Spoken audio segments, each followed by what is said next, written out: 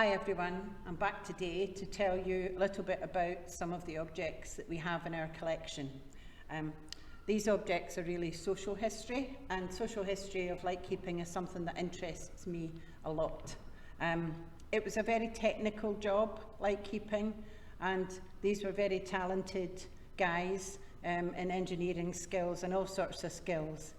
But a lot of the time that they had on the station would have been spare time, and so they tended to fill their time with extra hobbies and crafts and arts, and it generated extra income for them. Often they would share their skills with other keepers, and so they learned all sorts of wood turning, metalwork, knitting, sewing, crafting, all sorts of things. They often made gifts for their family and friends, and we have other items in our collection that keepers made. We've got a clock. Clocks were quite popular, and we've got a clock that was made from a foghorn pressure gauge by Jim Oliver. We have a first aid box made by Norman MacLeod. Tables and bedside tables. We have a bedside table in our collection made also by Jim Oliver. They often made dolls' houses, forts.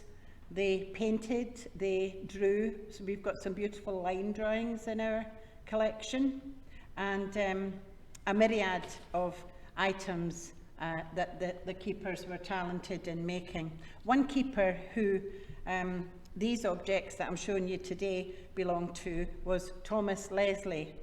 He probably was in the service for 41 years.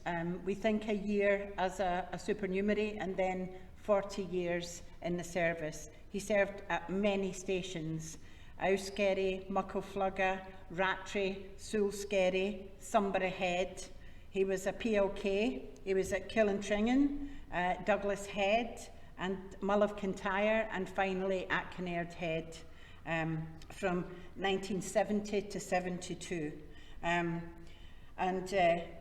He died in September 1984 here in Fraserburgh, leaving behind his wife Gladys. Mr. Leslie was particularly talented with this lovely item.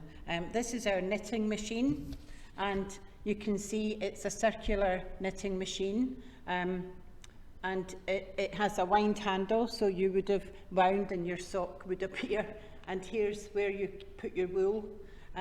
This is a sock that Mr. Leslie made.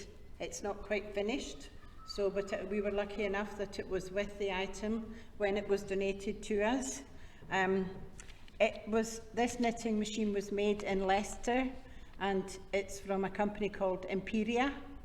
They were quite popular. We think this is circa 1910, and they were quite popular items here and in America. But during the war here, very many of them were melted down for munitions. So we're quite lucky this one actually survived.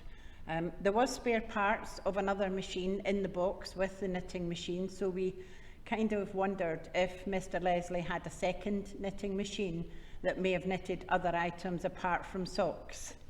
Along with the sock knitting machine, we were lucky enough to get his order book, and in his order book he records the sizes of the sock size. He records names of the people who are purchasing them, and he records the prices, which is fascinating to read. He knitted all kinds of socks: women's socks, men's socks, football socks, ankle socks, and knee-high socks. So quite an interesting thing to look at, and you can see I've got my gloves on for this because quite delicate it is. It isn't in the best condition, this notebook, but I think these kinds of things, it's wonderful when they survive.